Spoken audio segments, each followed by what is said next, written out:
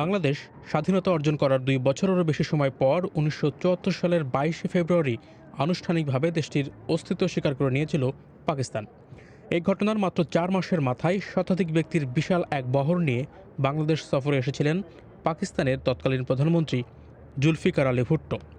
এটি ছিল স্বাধীন বাংলাদেশে পাকিস্তানের কোনো প্রধানমন্ত্রীর প্রথম রাষ্ট্রীয় সফর।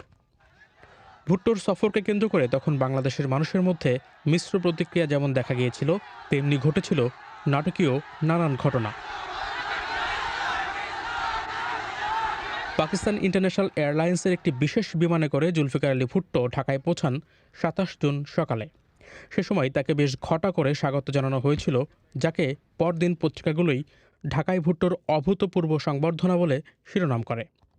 পাকিস্তানের প্রধানমন্ত্রীকে স্বাগত জানাতে বাংলাদেশের তৎকালীন প্রধানমন্ত্রী শেখ মুজিবুর রহমান নিজে ঢাকার বিমানবন্দরে উপস্থিত ছিলেন। ভুট্টো যখন বিমান থেকে নামছিলেন তখন ১৯ বার তোপধ্বনির মাধ্যমে তাকে স্বাগত জানানো হয়।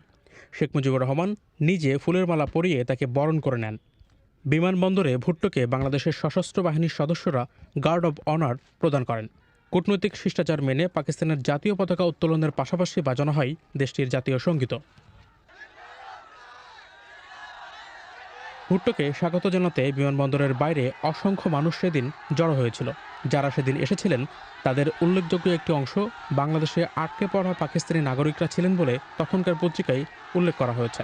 তবে কিছু মানুষ তখন ভুট্টোর বিরুদ্ধে বিক্ষোভও করেছিলেন। পাকিস্তানের প্রধানমন্ত্রী বাংলাদেশে আসার পর ২৭ জুন রাতে তার সম্মানে বঙ্গভবনে নৈশভোজের আয়োজন করেন বাংলাদেশের তৎকালীন প্রধানমন্ত্রী শেখ মুজিবুর রহমান। সেই নৈশভোজে দুই দেশের প্রধানমন্ত্রীর বক্তব্য নিয়ে পরদিন পত্রিকাগুলো বড় বড় শিরোনাম করে, যেখানে বিদ্বেষ ও তিক্ততা ভুলে গিয়ে নতুন অধ্যায়ের সূচনা করার জন্য পাকিস্তানের প্রধানমন্ত্রীর প্রতি আহ্বান জানান বাংলাদেশের প্রধানমন্ত্রী শেখ মুজিবুর রহমান। এছাড়া অবিভক্ত পাকিস্তানের দায় ও সম্পদের বন্টন, বাংলাদেশে আটকে পড়া পাকিস্তানি নাগরিকদের প্রত্যাবাসন সহ বেশ কিছু সমস্যার সমাধানের বিষয়ে জোর দেন তিনি। অন্যদিকে মিস্টার ভুট্টো তার ভাষণে ১৯৭১ সালকে ইতিহাসের নিষ্ঠুর ও লজ্জাকর এক অধ্যায় বলে মন্তব্য করেন। পাকিস্তানের সরকার ও জনগণ বেদনাদায়ক ওই অধ্যায়ের পরিসমাপ্তি কামনা করেন বলেও উল্লেখ করেন তিনি। একই সঙ্গে দুদেশের মধ্যে স্বাভাবিক বন্ধুত্বপূর্ণ ও ভ্রাতৃত্বসুলভ সম্পর্ক স্থাপনের কথা বলেন mister Bhutto. The people of Pakistan respect your decision. They and the government of Pakistan recognize and respect the sovereignty and ১৯৭১ সালে বাংলাদেশের স্বাধীনতা যুদ্ধে যারা প্রাণ হারিয়েছেন তাদের প্রতি শ্রদ্ধা জানাতে সফরের দ্বিতীয় দিন অর্থাৎ ২৮ জুন সকালে সাভারে অবস্থিত জাতীয় স্মৃতিসৌধে যান পাকিস্তানের তৎকালীন প্রধানমন্ত্রী মিস্টার ভুট্টো। বাংলাদেশের প্রধানমন্ত্রীর তৎকালীন রাজনৈতিক সচিব তোফায়েল আহমেদকে সঙ্গে নিয়ে মিস্টার ভুট্টো সেদিন স্মৃতিসৌধে ফুল দিয়ে শ্রদ্ধা জানান। স্মৃতিসৌধের আশপাশের এলাকায় তখন ভুট্টোর বিরুদ্ধে বিক্ষোভ চলছিল। স্মৃতিসৌধে শ্রদ্ধা নিবেদনের সময় মিস্টার ভুট্টো নিজের মাথার টুপি না খোলায় বেশ সমালোচনাও তখন হয়েছিল। এছাড়া স্মৃতিসৌধে রাখা খাতায় কোনো মন্তব্য না লিখে দ্রুত তিনি স্মৃতিসৌধ ত্যাগ করেন বলেও তখনকার পত্রিকায় খবর বের হয়েছিল। সফরের দ্বিতীয় দিন পাকিস্তানের প্রধানমন্ত্রীকে নাগরিক সংবর্ধনা দেওয়া হয়। বঙ্গভবনে আয়োজিত ওই সংবর্ধনা অনুষ্ঠানে ভাষণ দেন mister Bhutto. but it is never too late to repent, to say Toba from the depths of our hearts. ওই ভাষণে ৭১-এর গণহত্যা ও নির্যাতনের ঘটনার জন্য মিস্টার ভুট্টো একতরফাভাবে পাকিস্তানের তৎকালীন সামরিক শাসকদের দায়ী করেন।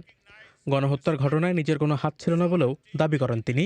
একই সঙ্গে বলেন কখনোই তিনি সামরিক সরকারের পক্ষ নেননি। মিস্টার ভুট্টো যখন ভাষণ দিচ্ছিলেন তখন সেখানে বাংলাদেশের তৎকালীন প্রধানমন্ত্রী শেখ মুজিবুর রহমান যেমন ছিলেন তেমনি ছিলেন তার মন্ত্রিসভার সদস্য এবং ঢাকায় নিযুক্ত বিদেশি কূটনৈতিক মিশনগুলোর কর্মকর্তারাও। বাংলাদেশে আসার পর দুদফায় বিক্ষোভের মুখে পড়েন পাকিস্তানের তৎকালীন প্রধানমন্ত্রী জুলফিকার আলী ভুট্টো। এর মধ্যে ঢাকায় এসেই বিক্ষোভের মুখে পড়েন মিস্টার ভুট্টো। মুক্তিযুদ্ধ চলাকালে যারা পাকিস্তানের সেনাদের হাতে নির্যাতনের শিকার হয়েছেন এবং যারা স্বজন হারিয়েছেন তারাই মূলত ওই বিক্ষোভে অংশ নেন। এই ঘটনার পরের দিন মিস্টার ভুট্টো দ্বিতীয় দফায় বিক্ষোভের মুখে পড়েন সাভারের স্মৃতিসৌধে শ্রদ্ধা জানাতে গিয়ে। নিরাপত্তা বেষ্টনী ভেঙে বিক্ষোভকারীরা মিস্টার ভুট্টোর দিকে এগিয়ে যেতে চাইলে তখন নিরাপত্তা বাহিনীর সদস্যরা লাঠি চার্জ করে তাদেরকে ছত্রভঙ্গ করে দেন। পাকিস্তানের প্রধানমন্ত্রীর বাংলাদেশের ৩ দিনের রাষ্ট্রীয় সফরের প্রধান লক্ষ্য ছিল দুদেশের মধ্যকার অমীমাংসিত সমস্যার সমাধান করা এবং সম্পর্ক স্বাভাবিক করা। এক্ষেত্রে অবিভক্ত পাকিস্তানের দায় ও সম্পদের বণ্টন এবং বাংলাদেশে আটকে পড়া পাকিস্তানি নাগরিকদের প্রত্যাবাসনের বিষয়টি অত্যন্ত গুরুত্বের সঙ্গে তুলে ধরে আসছিল বাংলাদেশ। মিস্টার ভুট্টো বাংলাদেশের মাটিতে পা রাখার পর বিষয়টা নিয়ে তার সঙ্গে দফায় দফায় বৈঠকও করেন শেখ মুজিবুর রহমান, কিন্তু বিষয়গুলো নিয়ে তারা শেষ পর্যন্ত ঐক্যমতে পৌঁছতে না পারায় আলোচনা ব্যর্থ হয়। বিশেষ করে সম্পদের দায় ও বণ্টন প্রশ্নে পাকিস্তান অযৌক্তিক মনোভাব প্রকাশ করার কারণে আলোচনা ভেস্তে গেছে বলে তখন সাংবাদিকদের জানিয়েছিলেন বাংলাদেশের তৎকালীন পররাষ্ট্রমন্ত্রী ডক্টর কামাল হোসেন।